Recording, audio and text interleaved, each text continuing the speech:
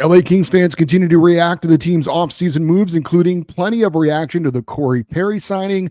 We'll talk about it all on part 2 of our weekly fan feedback show. That and more on this edition of Locked On LA Kings.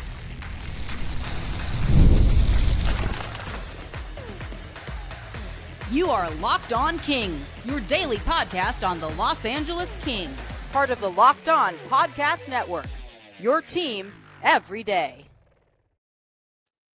Hey, Kings fans, welcome to Locked On LA Kings, part of the Locked On Podcast Network, your team every day. Thanks for making Locked On LA Kings your first listen every day. We are free and available wherever you get your podcasts and on YouTube. I'm Eddie Garcia, your host of Locked On LA Kings.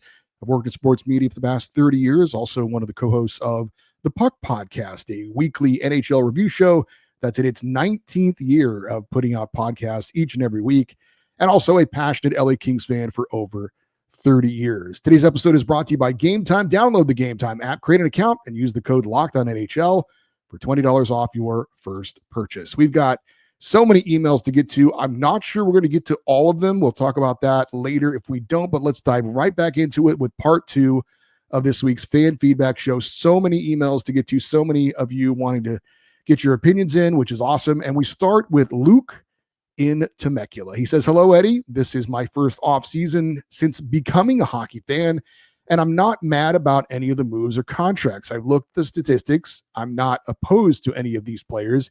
CC has received a lot of shade, and I don't understand why. I like the addition of Forsberg because when his contract is up, Carter George could be ready for the big show. Not to mention he's statistically better than Rittich. Can you please clarify why the CC contract has the cloud around it? That'd be great. Thank you. Go Kings go." Luke in Tmacula. Well, Luke, it's pretty simple. Cody CC is an okay third pairing defenseman, in my opinion. And you don't pay third pairing defensemen $4.5 million per year. Usually those kind of guys get around $2 million a year. And he's not really good enough anymore, in my opinion, to be a second pairing defenseman, even though he did play that role in Dallas last year, but it didn't go very well for him. Plus 4 years for a third pairing guy just doesn't seem necessary. So that's why he's getting a lot of shade, as you called it. Why would third pairing guys, I'm not saying they aren't important, but they're certainly not as important as a lot of players on your team. So the investment in them shouldn't be that great, and you shouldn't be paying them that much money unless you're in some situation where maybe it's a really established veteran who's been in your organization a long time. Let's just say Drew Doughty, for example. Maybe you've got, if Brock Faber were still around, maybe he and Brant Clark become, the top 2 pairings, and then Doughty, you still want him on your team. He's a legacy guy, but at this point in his career, you're thinking he's more of a third pairing guy, but you're paying him a lot of money because of, his status with the team, and you signed him to a long-term deal a long time ago. So, in certain situations, you might be able to justify it, but bringing in a free agent like that and signing him to that kind of a deal, it just doesn't make a lot of sense. Eric checks in from Jefferson Park. He says, "When I heard that Gavrikov was talking in the exit interviews, it seemed pretty clear to me that he wanted to leave.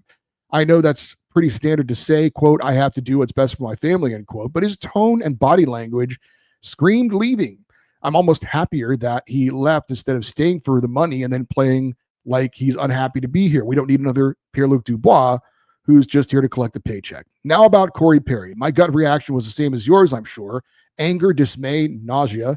But when I really stopped to think about it, Corey Perry is a really experienced, aggressive player, and I'm hoping that they will be putting him with some of the younger players to mentor them. If he could teach a player like Jeff Malott or Alex Turcotte a couple of things, it could prove to be a productive year for them. And if his curse holds, at least we would make it through the first round. Go Kings go, and that is Eric in Jefferson Park. I got to be honest, Eric, I did not get that same impression that you did during the Gavrikov exit interview.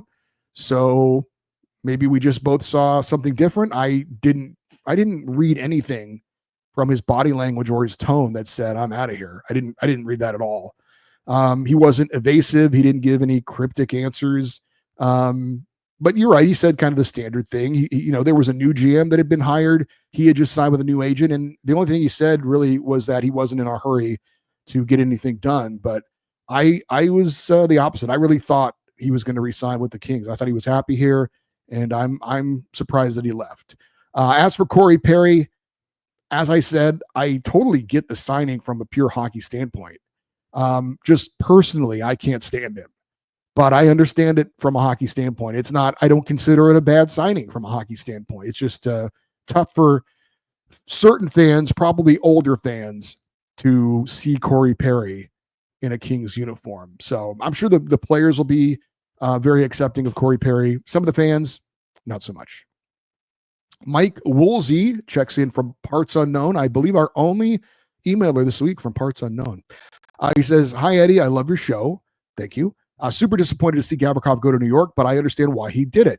Listening to your show yesterday, you were speculating on what the reasons might be. I think the reasons are these. One, he's much closer to Russia, where he spends a lot of his time in the offseason. Second, he's got good friends on the Rangers who they vacation with and are close to. The weather is more familiar, which he's used to in Russia. I know he enjoyed his time here, but it's pretty hard to compare with an opportunity to move a little closer to home with some close friends and be in such a vibrant city as New York. All the best to you and continue to listen to the show. I think it's the best out there." Mike in Parts Unknown. Thank you very much, Mike. Appreciate the compliments. I would say, sure, all those things could be contributing factors to why he decided to go to New York. Ultimately, I think he would go to whatever team made him the best offer. It seems like that was New York. The only thing I would say as far as what's not attractive about the Rangers is they were a pretty bad team last year, and they were a really bad defensive team last year, where with the Kings, they play a defensive system. And we talk about the possibility of offensive players maybe not wanting to play in the Kings system. On the flip side of that coin, I think defensive players and goalies would love to play in LA, I would think. But, it's fair to say, I don't think Gavrikov will be as good in LA or in New York as he was in LA, playing in our system with the goaltending, although they have good goaltending in New York. But we'll see. We'll see how it turns out for Vladislav Gavrikov. David in La Habra says, "Corey Perry, a King. This is and will be a painful season. I can't stomach the thought of Perry's jersey hanging in the Team LA store. As a diehard, I guess I'll have to wish for the best for Perry for the greater good. I just wish that Ken Holland would have structured his incentive contract to get more money if he had won the cup. Keep up the good work." David in La Habra. Well, I know $2 million of the $4 million deal for Corey Perry is incentive based. So it's very possible that postseason success is part of his bonuses. So that could very well be part of it. The details I have not seen have been released as far as what exactly the incentives are in his contract. At least I couldn't find them after looking for them. But I did read that he had similar incentives with the Oilers, and that he apparently last year he hit all of his incentive bonuses. So hopefully he'll do the same thing with the Kings. Arturo Gonzalez in Long Beach says, "Good day, Eddie. When I see that Corey Perry signed with the Kings, I immediately thought of you. I think it's fair to say we can blame Doug for manifesting this signing after he talked about the possibility of him being a free agent and coming to LA, and your reaction was hilarious." He's talking about my co-host Doug Stolhand on the Puck podcast, the weekly NHL podcast I do, who is a Ducks fan. And he brought this up a while back. Continuing with the email, he says, "The first few signings were pretty good, and then we just fell off a cliff. 4 times 4 for Cody Ceci, and we get rid of Jordan Spence, who is a way better player and cheaper than Ceci. Management really turned away from something good with Jordan Spence. Homegrown talent. He was part of the young core, Byfield, Laffy, Turks. I just can't believe Hiller can't find any ice time for him. But hey, let's bring in Cody Ceci, who's not as skillful as Spenny. I'm just disappointed in the Kings for shipping off Spence and getting nothing in return because he's undersized. I thought that the firing of Rob Blake would change things with the team, but with all the signings that Ken Holland made, it's business as usual with the Kings once again, signing defensemen that can't handle the puck in the ozone. We need puck-moving defensemen. If not, we'll lose to the Oilers again. I'm going to be the first on the show to say it. Fire Ken Holland and Jim Hiller." And that was Arturo in Long Beach. I would love to hear directly from Jim Hiller as to what it was about Jordan Spence that he felt like he couldn't trust. I'm sure that will never happen, unfortunately, but I would just love to know what it was that he felt like Spence wasn't good enough. And again, I like Jordan Spence. I think his ceiling is a second pairing guy. He's never going to be a star player in the NHL. Would I rather have him than Cody Ceci right now and for the future?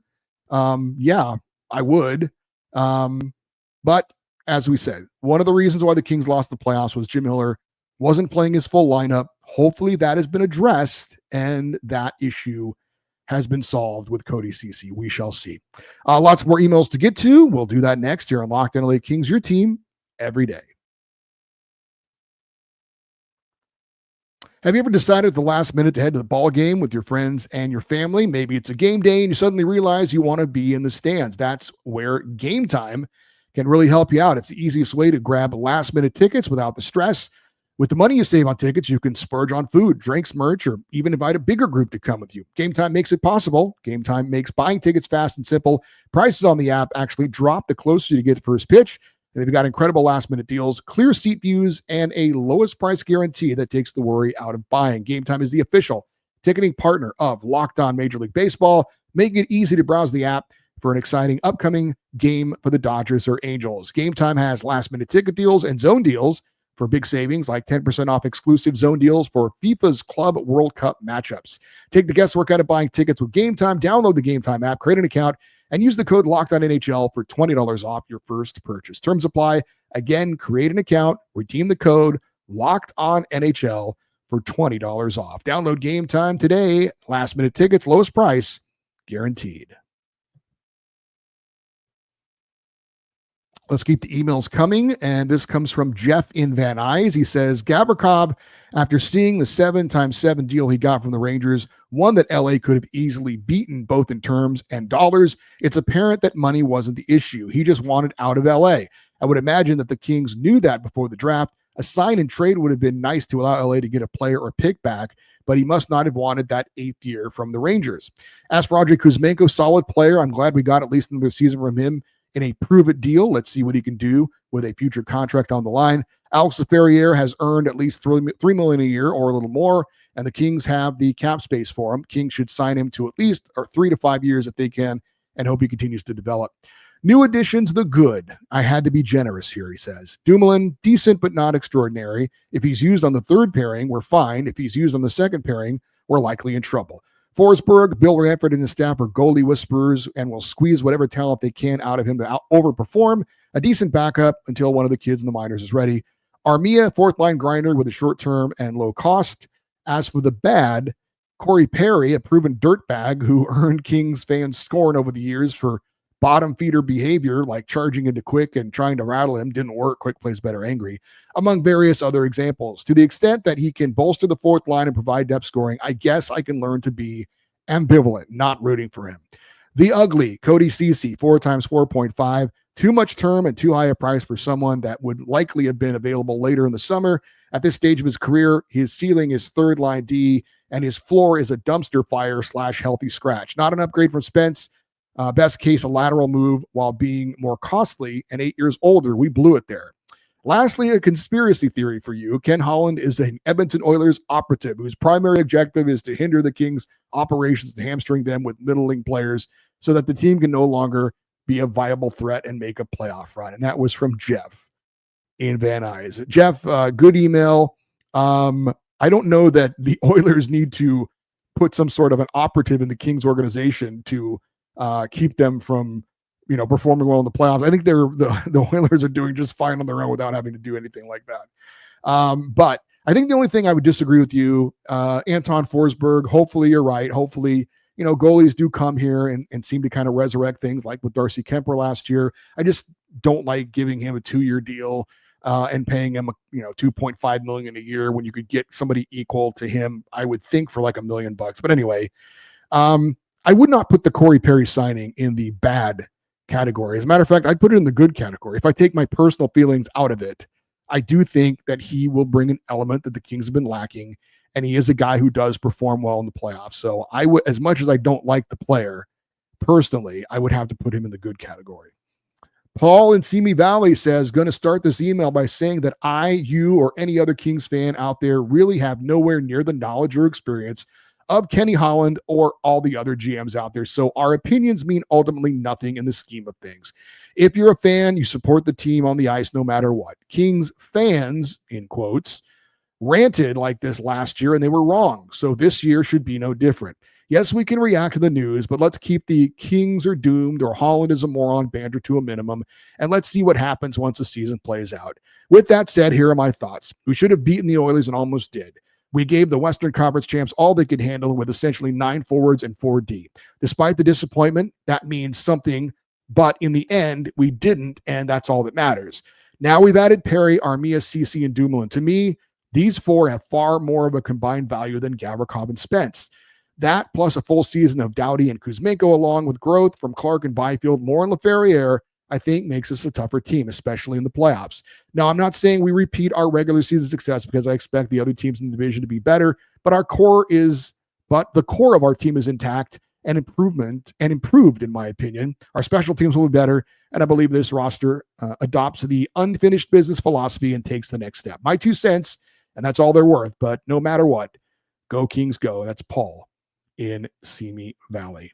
I think what Paul is talking about with the fans, the in air quote fans, is if you're on social media, you probably see a ton of doom and gloom stuff. And look, as I said, we just had free agency. It's a big time to talk about hockey. And if you have an opinion on it, you're more than welcome to share your opinion as a Kings fan. And a lot of the opinions have been negative. So I don't have a problem with that. I think I will agree with, the sentiment that Paul is saying is that there are certainly times where I do see Kings fans on social media with this like, woe is me attitude. Like the Kings are the worst organization in the NHL, when the reality is that's far from the case. You absolutely have every right to be disappointed and upset about the lack of playoff success. And you certainly have your right to have opinions on players that are signed or not signed.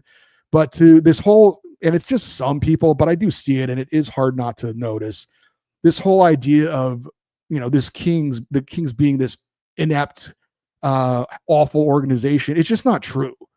Are they a championship organization at this point? That's certainly up for debate. But, there are plenty of other organizations out there that would love to be in the position that the Kings are in right now. And there's a lot of fan bases out there that would love to be in a position of their team making the playoffs 4 years in a row. Again, I'm not suggesting we should all be happy with the results. That's not what I'm saying. I'm just saying if you're of the opinion that the Kings are this like snake bit, cursed, just awful organization, it's just not true. I mean, there's room to be better, and it's great to expect more. I expect it too, and I want to see more success, but that there's where it goes a little bit too far the other way too. Frank in Ranchos Palos Verdes says, good afternoon, Eddie. I completely agree with you in regards to the Kings' somewhat weak free agency performance. Way more talent exited the building than came back in return. I also agree with your take on the Kings signing Scory Perry. Definitely one of my most disliked players ever. I would include Perry along with Wayne Gretzky, Glenn Anderson, Glenn Sather, and Connor McDavid.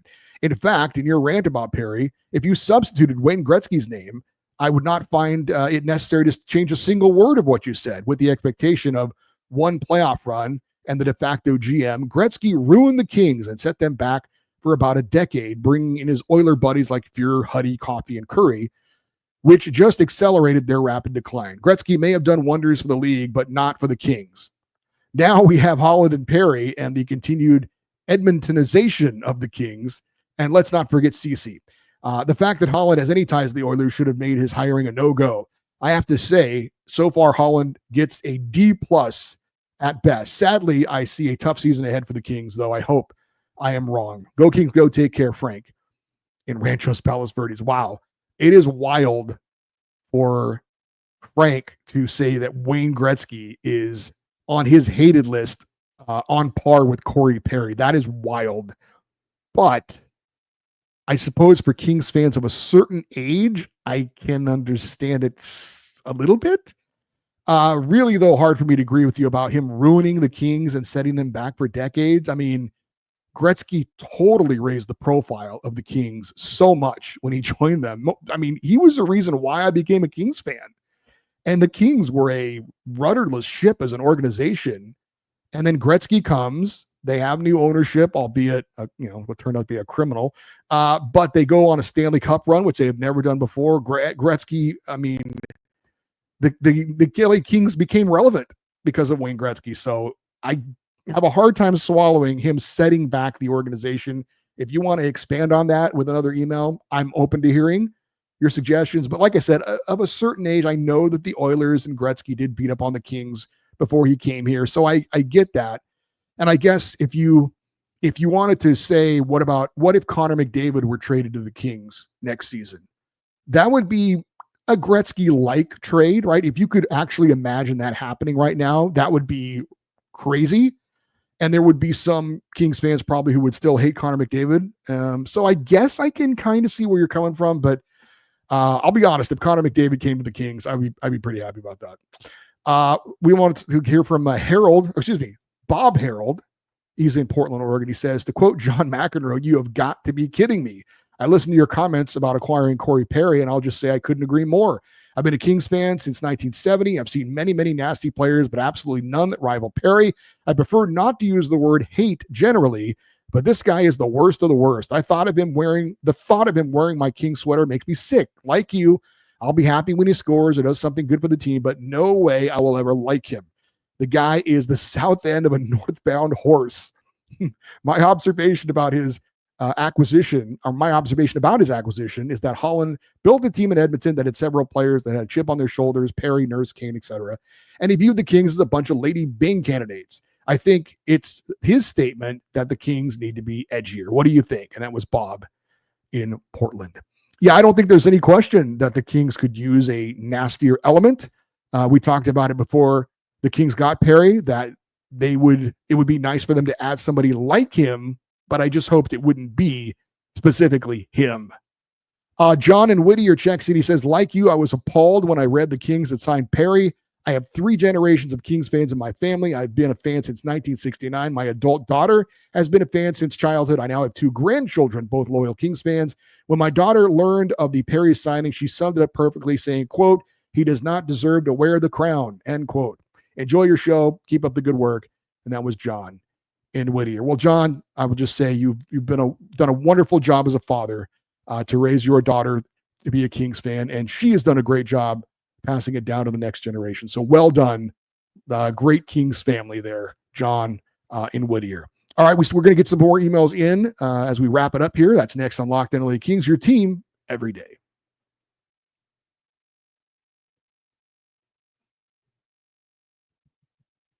Our next email comes from Kevin Karami. He says, currently in Bellevue, Washington, formerly Torrance, California. Hey, Eddie and Kings fans, what a week we had. I think yesterday I was feeling super down in the dumps, like many of you, and filled with disappointment before the free agency excitement could begin. I was kicked hard in the nuts as Spence was traded away. Although not surprising, the return we received for a capable defender on such a low salary hurt big time. Even so, for as long as I could, like many Kings fans, I held out hope for Marner or Besser or Provorov. Announcement on the 1st of July. As the day approached, that began to feel more and more unlikely as Marner slipped away. As Besser signed in Vancouver, my worries about Gavrikov leaving for New York became reality, and it felt like nothing could save this offseason. Perry being announced in the morning felt weird, but felt like a positive to the squad. Sorry, Eddie. But from there, it felt like things just spiraled out of control. A 4 times 4.5 deal for Cody Ceci felt like the cherry on top of the miserable day.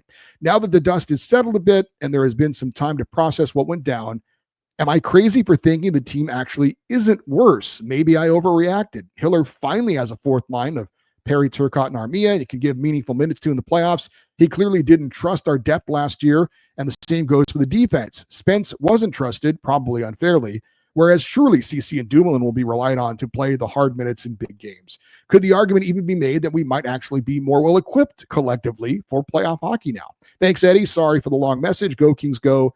That was Kevin in Bellingham, Washington. I think it's possible that the Kings are better equipped for the playoffs. Clearly, they are bigger. Clearly, they are more experienced. hopefully the coach feels it's a lineup that he can trust more and play more. And, that will be, the difference. More balanced four lines. Hopefully all of it makes the Kings just that much better, and that can equate to a playoff series win.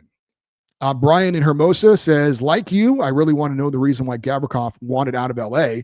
I read one report that Ken Holland was supposedly negotiating with Pat Brisson early Monday and wondered whether that report was a red herring planted by CAA for PR purposes to disguise what actually was happening or not. Completely agree with you that the Kings should have, at the minimum, matched the Rangers' offer for years and money, which will very shortly look like a bargain if you notice in the pod, as you noted in the pod. In my opinion, Gavrikov was by a mile the best defensive shutdown defenseman the Kings have had since Rob Blake, and in that respect, irreplaceable. So disappointing, especially given we're going to continue to face McDavid and Draisaitl for the foreseeable future. This will continue to bug me all season until we find out why he really took the Rangers deal. So please stay on top of this story and find out what the hell happened. That was Brian in Hermosa. I am going to be a guest on the Locked On New York Rangers podcast on Monday. I will definitely ask their host if he has heard anything about the reasons why Gavrikov wanted to join the Rangers, other than just the kind of the typical, oh, it's a great organization and blah, blah, blah. So my guess is, honestly, we're never going to find out unless maybe Gavrikov, for some reason, wants it to get out there. And, he could pull a reporter aside and say, hey, don't name me, but here's what happened. And then the reporter says, unnamed sources told me this, and that.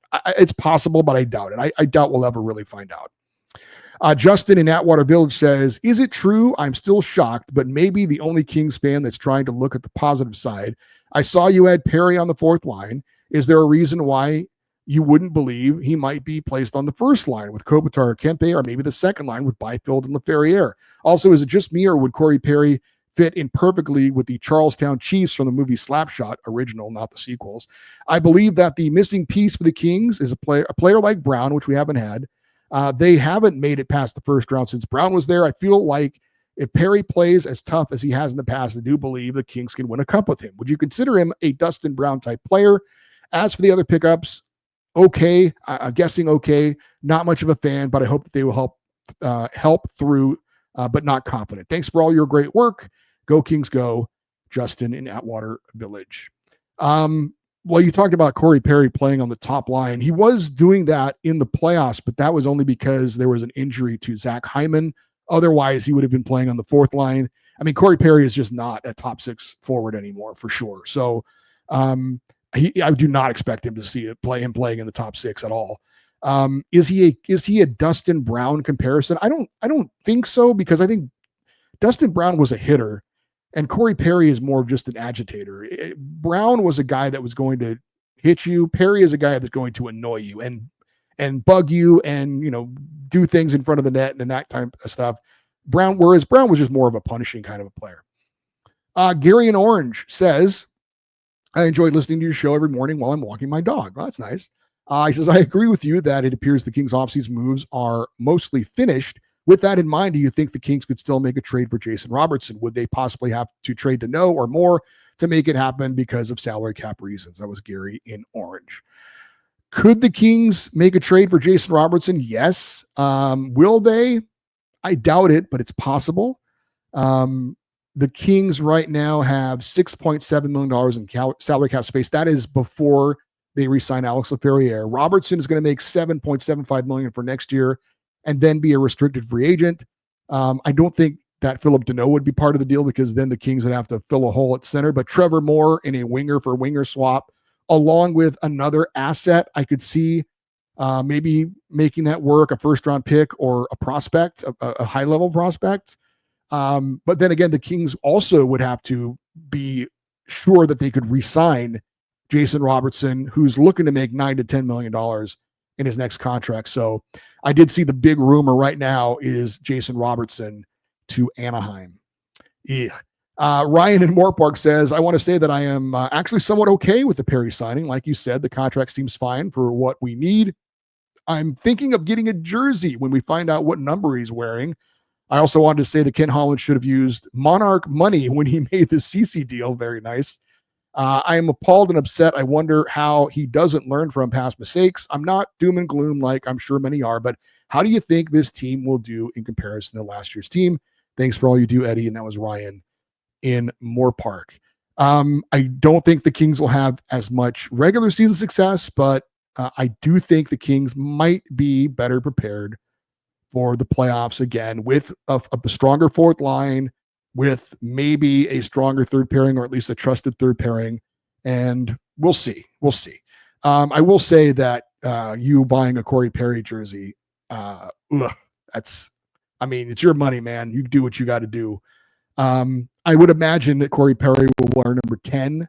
That was his normal number, and Tanner Jeannot's gone, and he wore number 10. So, yeah, I would not buy that jersey. Brian in Los Alamitos is going to close it out. He says, I was not expecting much from the Kings during free agency, and I was not disappointed. These lackluster additions are just leftover free agent table scraps, but this is the result of an incompetent GM, ? Or is LA not a preferred destination for top NHLers? Linus Ullmark, Brock Besser, Mikko Rantanen, Brad Marchand, Mitch Marner, Rasmus Anderson. None of them want to come to LA. I'm sure each had their own reasons, but why? Is it the city? Is it the stench of first-round losses or stretch of no, it is stench of first-round losses. Or is it the Kings' antiquated style of play? Kevin Fiala came to LA and had his offensive creativity stifled. PLD left and is doing fine in Washington so far. Gabe Vilardi was traded away and is thriving in Winnipeg. Once again, the Kings will only be able to acquire key pieces via trade. Even worse, the Kings are stuck in a merry-go-round of mediocrity. The team is good enough to make the playoffs, but not bad enough to get high-impact draft picks. It feels like the team is stuck, still trying to be optimistic. After all, last year I feared the worst, and the team turned out better than expected despite another early playoff exit. Thanks for another great week of shows, and appreciate your footage from development camp. And that was Brian in Los Alamitos. Well, I will say this. Kevin Fiala's best goal-scoring year came last season with the Kings, 35, and his top 3 seasons as far as point production, 2 of them have come as an LA King. So I don't know if he's been stifled offensively in LA. I think Gabe Vilardi is doing fine in Winnipeg, but I also think if he was playing on the top line in LA, he could get 61 points, which is what he had last year with the Jets. Marner, Marchand, Rantanen, I totally get why they didn't come to LA. I think there are legitimate reasons for those guys. Besser, I will say, was a big surprise, him going back to Vancouver. And I don't know about Anderson and Ullmark. Like I said, if you're a defenseman or a goalie, I would think LA is a place you would want to play. So I've said it before. I think if you're an offensive player with the system the Kings play, you're not going to put up the numbers. That could result in you not getting paid the money you want to get. I can understand that. The high state taxes, the cost of living, I think those are factors as well. And I guess you add it all up, and there are some negatives towards big-time offensive players maybe coming to the LA Kings. We had 5 emails sent in on Friday or Saturday that I'm not going to have time to get to. I'm going to hold off on those emails for the next feedback show coming up next week. So Tommy, Ed, John, Scott, and Adam, your emails will get read, but just unfortunately not on this show. Thank you so much for all of the emails over the last week. It's been overwhelming. Love having the feedback from all you guys. Really appreciate it. And as I always say about this show and these shows, they are not possible without your participation. For you everydayers, those that listen to watch Locked On Kings every day, coming up next week, we're going to continue to look deeper into the new players the Kings acquired, give you more information about them, what role we think they'll play this year, what they've done in the past. We'll update you, obviously, on any news involving the Kings. The Alex Laferriere, hopefully, signing is probably imminent. And we'll have a couple special interviews mixed in as well. If you would like some extra LA Kings content, some fan chats, some exclusive content, shoot me an email, lakingsextra@gmail.com. And if you want to send an email for the feedback show, it's lockedoneddie, EDDIE, @gmail.com. And thank you for all the comments on YouTube. You guys are doing a great job with that.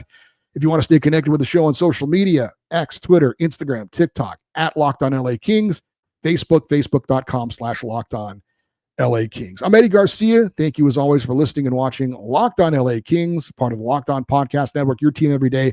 Have a great rest of your day. We'll talk to you next time. And as always, go Kings, go.